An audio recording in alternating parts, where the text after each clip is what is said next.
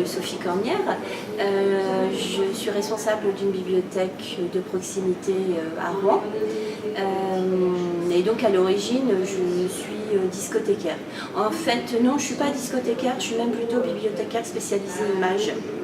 Mais à l'époque où on arrivait en poste, en fait, souvent on nous donnait le cinéma et la musique en même temps, c'était un package, donc on n'avait pas trop le choix et on prenait ça.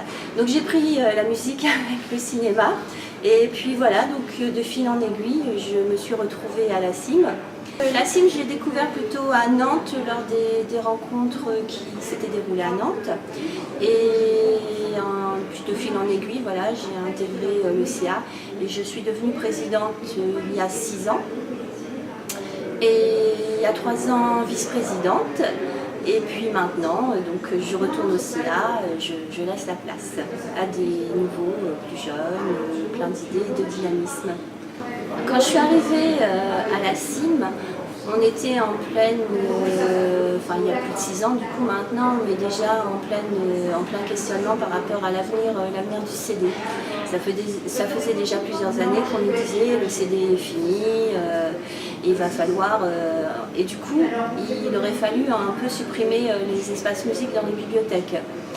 Dans les années 80, quand le CD est arrivé, il a remplacé le vinyle, et en fait on a eu une nouvelle, beaucoup d'usagers qui sont venus dans les bibliothèques pour refaire leur collection de musique en fait, en empruntant nos CD. Donc en fait, à l'époque, on était un peu les rois du pétrole, les rois du prêt. On faisait du chiffre. On attirait de nouveaux usagers dans les bibliothèques. Et puis, voilà, une fois que les usagers ont refait leur bibliothèque, les stades se sont tassés, on est revenu un peu à un retour à la normale avant l'arrivée du CD. Et ça a été un peu le malentendu du CD, c'est-à-dire qu'on s'est fié à un support au lieu de se fier à un contenu. On prêtait, on faisait des chiffres de prêt et on a un peu laissé tomber tout ce qui était contenu des CD. Et donc en fait, bon, je trouve qu'on a pas mal rétabli le tir. Maintenant, on revient à nouveau, on est revenu au contenu et non plus au support. Donc on travaille plutôt maintenant sur du support, sur du contenu à travers différents supports. Puisque le CD est en train finir sa carrière, il reste encore beaucoup de gens qui utilisent les CD. Maintenant, on a aussi des emprunteurs de vinyle, peut-être un jour des emprunteurs de cassettes audio qui vont revenir, ça je ne sais pas, je ne suis pas sûre.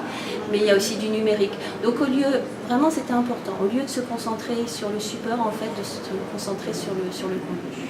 C'est à peu près à ce moment-là aussi où on a publié le manifeste de la musique en bibliothèque pour bien montrer que la musique en bibliothèque c'était important. Il y a plusieurs choses qui m'ont marqué. Donc, une des premières choses qui m'a marqué quand je suis arrivée à la CIM, c'était le rapport homme-femme. En fait, les secteurs musique en bibliothèque, il y a toujours eu beaucoup d'hommes. Voilà, je sais pas pourquoi, c'est comme ça. Et donc en fait dans l'association finalement il y avait très peu de femmes. Donc ça c'est une des premières choses qui m'a marquée parce qu'il a quand même fallu faire un peu sa place. Et l'autre chose qui m'a marquée, alors ça a été le premier rendez-vous au ministère de la Culture pour demander une subvention. Donc on était avec Nicolas et c'était impressionnant. On entrait, nous, petits bibliothécaires, on entrait dans le ministère de la Culture pour aller demander une subvention. On était dans nos petits souliers, ça a vraiment été l'événement marquant. Et c'est vrai que maintenant c'est devenu une habitude, mais malgré tout, à chaque fois qu'on a ce rendez-vous, en fait, d'entrer dans le ministère, de donner sa carte d'identité pour avoir son badge, pour pouvoir rentrer, ça reste quand même quelque chose qui marque.